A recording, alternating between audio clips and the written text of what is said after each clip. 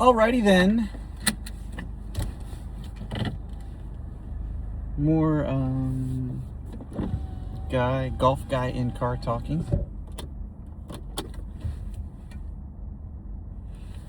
Yeah. Let's talk about the golf swing. So where were we? Part 2. That was about where is the motor pattern living? The shoulders, ish. When transition. That's when all the bad stuff is happening. That's where the real, like, if you want to get a glimpse of the horror story, that's like, yeah. And when you look at that, you're gonna go like, well, no wonder. By the time I get to the ball, I look like a monkey having intimate relations with a football. It's kind of what I'm looking like. So what a golfer's going to do is go, oh, okay, he just gave me the magic secret. I just got to fix my transition. So, send me an email, send me a PM. Hey, dude, can you help me with my transition? Because you said that was the thing that matters. No, I can't do that. Not because I don't want to. Like, I want to help. I want to help. But I'm not going to, like, I can't watch people do it the wrong way over and over again. I can't. At some point, right, we just have to stop the insanity. So no, it's not as simple just because I laid it out that way as the way you would formulate your understanding of your lack of golf swing prowess. We don't start there, right? Because I think I mentioned this in the first video. Like, I'm going to forget what I talk about. So I'm always super redundant anyway. Which for grovelers, it has to be remedial, right?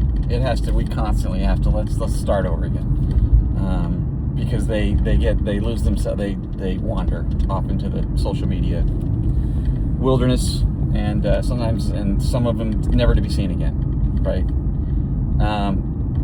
But some of them come back and say, okay, I'm going to try to do this correctly now, and we're going to try to do this the right way. Which again, it's not going to make much of a difference, but I prefer that. I prefer doing it the right way. But it's not just as easy as going, okay, well, everything like arm swing and pivot at the transition. Cool. So tell me how to fix that real quick, please. Nope. You cannot do it that way. And it's not just because grovelers are generally uncoordinated and maybe, on the left side of the bell curve, intelligence-wise. It's not that. It's because even if you know that, that's not where you start. One of the issues with golf instruction generally is that you get a lot of this, you hear a lot of people talking, like instructors talking about, well, you have to have let's start with the fundamentals, and let's put your hands in the club correctly, and let's get you set up properly, and let's get you to start your backswing properly, and yeah, okay, that's fine. But like, if someone's already been playing golf for a while, and they want to make meaningful improvement to their swing, they just don't survive. They don't, like, when you change their grip, that drives them insane, right? And then you tell them to set it differently, and then they can kind of do that, but then they're not super excited about that, because changing the setup is not going to do a whole lot. It sets the stage for maybe some decent things to happen afterwards, but then the decent things actually have to happen afterwards, and they rarely do. And then you work on, let's work on the first 2 feet of the backswing. In theory, you'd be like, okay, that makes sense. Let's start from the beginning and get a good start, and that'll make it easier for other good things to happen afterwards. And the theory itself is not, has some logic to it. But because of the way the motor pattern works, and because of the fact that as a mediocre golfer, you're particularly, well, even not even mediocre golfers, just any level golfer, you're particularly sensitive to the results you're going to get here in about half a second when the ball gets introduced to Senor Hosel and goes sideways. You're not going to like that. And so just the incredible noise and poor feedback from bad impacts tends to scare people away from continuing to make changes, and that's not news to anybody, right? That's like, everyone knows that, right? So, but it's not a matter of like, well, no, you got to keep working on it and you're gonna hit it bad for a while. No, it's just because you're working on it the wrong way. Like, there could very well be some grip change things you need to do and some setup things you need to do, and the beginning of the backswing, is horrific. I mean, sure, but you have to actually work on that stuff later. What you have to do is you have to make it possible to make a change in the critical phase of the swing, which is where, see, grovelers would go, I know this is familiar. Yeah, you just watched the other video like 3 minutes ago. It should be familiar. It's the transition, and it's the arms in relation to the pivot, okay? And they go, oh, yeah, that's right. Yes. Okay, so that's, yes. But you can't just fix that either. That you're not going to be able to fix that unless your brain kind of knows where you're trying to go. Like, if you're running down a blind alley and you don't know what's in front of you, then you run down it and probably walk down it fairly tentatively because you don't know where the destination is. So that's one of the things about the motor pattern that you have to pay attention to. Like, the transition is the key to getting a good impact. But if your impact currently sucks, what your brain will do is go, I can't do a new transition because I need to get back to my normal, amazing impact position. And your motor pattern doesn't know it's not amazing. It doesn't know that it's terrible, right? So what it does is, when you try to do the proper transition, is it goes, no, thank you. We have to do it a different way, because I have to have my low point to the right of the ball, and I have to be super dynamically lofted at impact with a kind of a scoopy face that's actually still open to the target line as I cut across it. Like, that's my amazing impact that I like doing, right?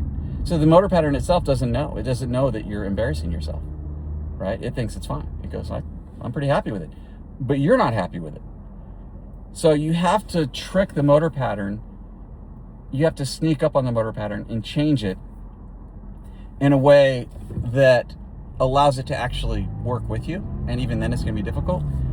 That means you have to externally cue what a new impact looks like, right? So there's some techniques involved to do that.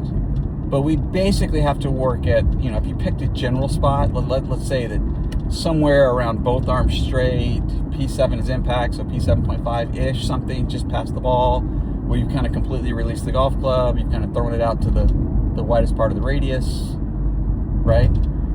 Something along those lines. You've got to figure out what it needs to look like there, and you need to start making some kind of a micro swing to get a sense of where that is, so that when you make the proper change on the motor, at the transition, your motor pattern lets you do it, because the motor pattern can actually be very sophisticated in putting things together to figure out how to get to that new post-impact position.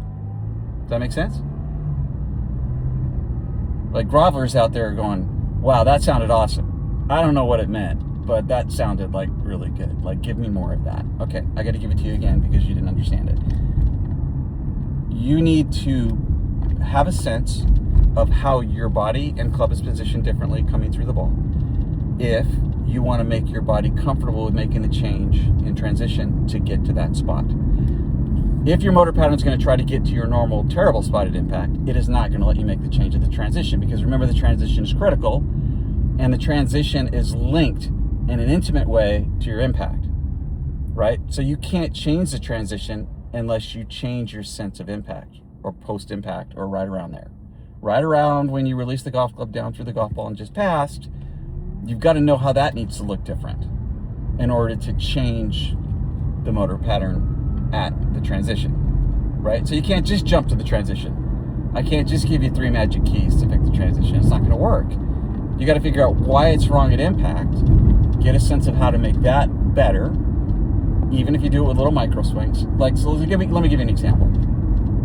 Let's say some guy is super scoopy at the ball. So instead of having the shaft 5, 6, 7 degrees forward at impact, he has the shaft with like a 7-iron. He has the shaft like 1 degree forward, 1 degree back, 0, which is pretty common with amateurs, even pretty good amateurs. No divot, kind of low in the face, a little scoopy, launches the ball high, but doesn't know it and thinks, I don't have a high trajectory, but it's because he has an iron that's like 5 degrees strong on the loft, but he's still dynamically in a scoopy position at impact, which is someone whose name starts with an S.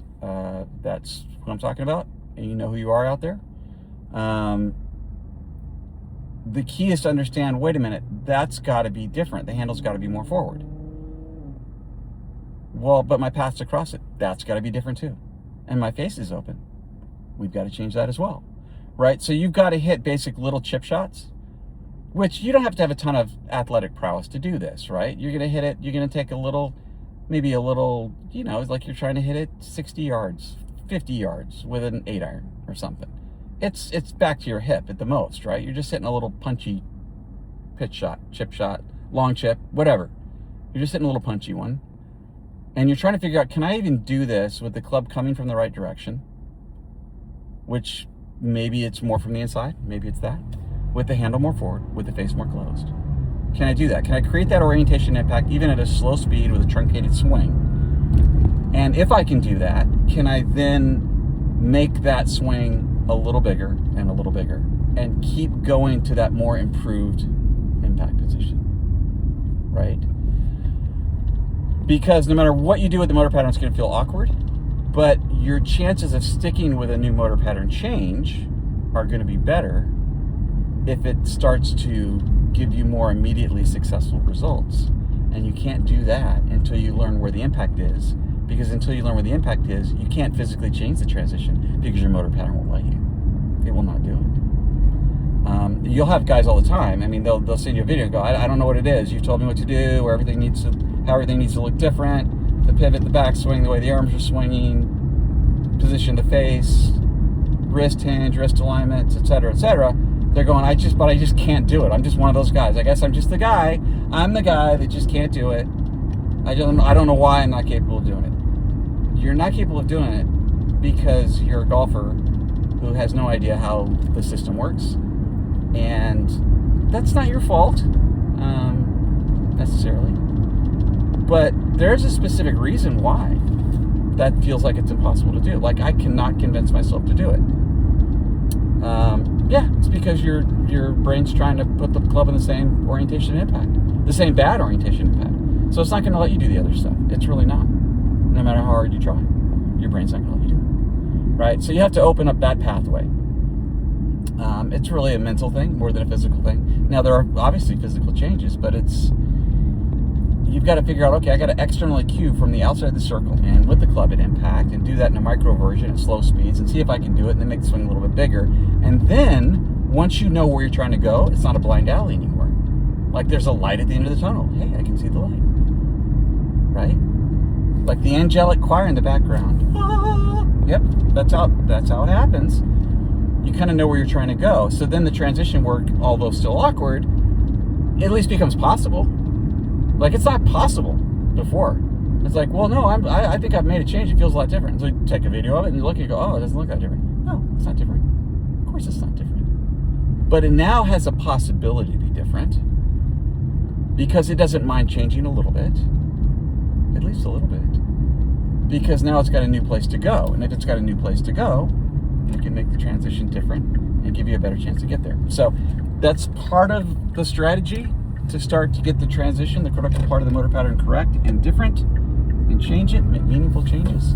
Now, again, you're not going to do it, but when you sit home at night and you're fantasizing about what it would be like if you did it, that's how you would be fantasizing about it. That's how you'd be thinking about it. So at least in your mind, good things would be happening. Because I promise you, tomorrow morning on the golf course, it's not gonna.